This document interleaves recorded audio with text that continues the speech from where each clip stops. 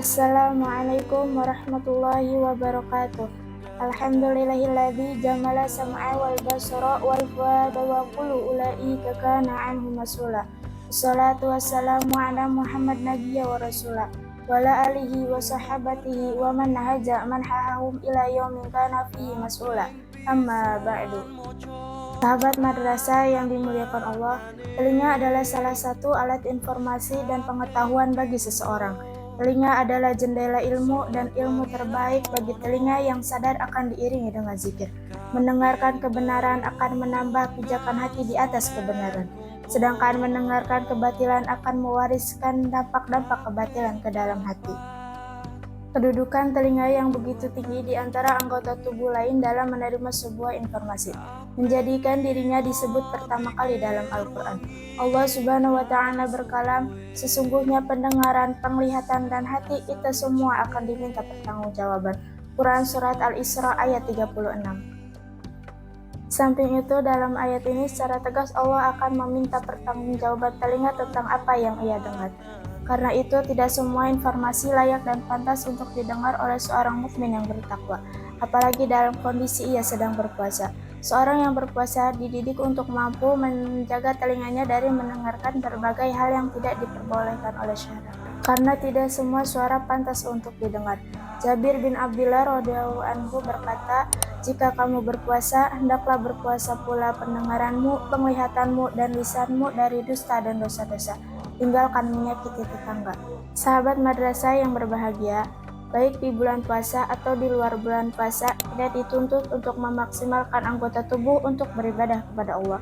Pendengaran kita diisi dengan mendengarkan Al-Quran, tausiah, nasihat, dan perkataan baik lainnya. Karena ternyata kebanyakan orang menyia-nyiakan pendengarannya dalam hal-hal yang tidak benar. Mereka layaknya hewan, karena tidak mampu memfungsikan pendengarannya dengan baik. Allah Subhanahu wa Ta'ala berkalam, "Atau apakah kamu mengira bahwa mereka itu mendengar dan memahami? Mereka itu tidak lain hanyalah binatang ternak, dan lebih sesat jalannya daripada binatang ternak itu." Quran Surat Al-Furqan ayat 44. Di antara mereka ada yang memenuhi telinganya dengan nyanyian yang diharamkan atau informasi penuh dosa. Ia menutup telinganya dari mendengarkan Al-Quran, sunnah Rasulullah SAW, atau tausiah kebenaran. Berbeda dengan para salafus soleh, di mana mereka sangat rindu mendengarkan kalam ilahi, sunnah Rasulullah SAW, dan nasihat para ulama. Tidak sedikit mereka menangis karena terbawa dengan apa yang mereka dengar. Karenanya Allah memuji orang-orang yang mampu menjaga telinganya dari mendengarkan kebaikan. Allah Subhanahu wa Ta'ala berkalam, apabila mereka mengetahui tentang apa yang diturunkan kepada Rasul Nabi Muhammad SAW, kamu lihat mata mereka mencucurkan air mata disebabkan kebenaran Al-Quran yang mereka ketahui. Quran Surat Al-Ma'idah ayat 83. Sahabat madrasah yang berbahagia, dengan demikian puasa telinga adalah dengan mencegahnya dari mendengarkan suara-suara atau perkataan yang tidak baik, seperti mendengarkan gosip, gunjingan, umpatan, dan suara atau perkataan buruk lainnya. Karena setiap sesuatu yang dilarang untuk diucapkan juga dilarang untuk didengarkan. Ini sungguh tidak mudah, karena manusia adalah makhluk informatif yang senang kepada segala informasi. Kalau tidak sadar dan berhati-hati, kita akan lebih sering mendengarkan informasi yang berbau fitnah, gunjingan, ghibah, dan sejenisnya. Di samping itu, alat informasi terus berkembang, dan pasti setan memasang perangkapnya lewat sarana-sarana semacam itu. Padahal mendengarkan perkataan batil sama saja kedudukannya dengan memakan harta secara batil. Keduanya sama keharamannya. Dalam Al-Quran, Allah Subhanahu wa Ta'ala berkalam, mereka gemar mendengarkan kebohongan dan memakan yang tidak halal.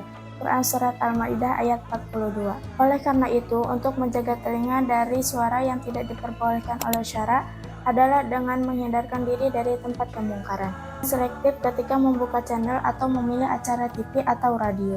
Karena salah satu karakter seorang mukmin yang sebagaimana Allah jelaskan adalah, dan apabila mereka mendengarkan perkataan yang tidak bermanfaat, mereka berpaling daripadanya. Dan mereka berkata, bagi kami amal-amal kami dan bagimu amal-amalmu.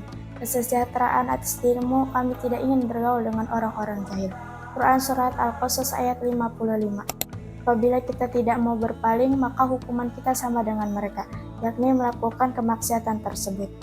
Allah Subhanahu wa Ta'ala berkalam dalam wahyunya, Jika engkau tetap duduk bersama mereka, sungguh engkau pun seperti mereka. Quran Surat An-Nisa ayat 140. Kaping pindho salat wengi lakonon. Kami siswa-siswi MTS Sulamul Falah mengucapkan selamat menunaikan ibadah puasa tahun 1447 Hijriah. Assalamualaikum warahmatullahi wabarakatuh. Hai warga madrasah SPMB Madrasah Sanawiyah Sulamul Falah tahun 2026-2027 telah dibuka. Yuk segera gabung, ditunggu ya.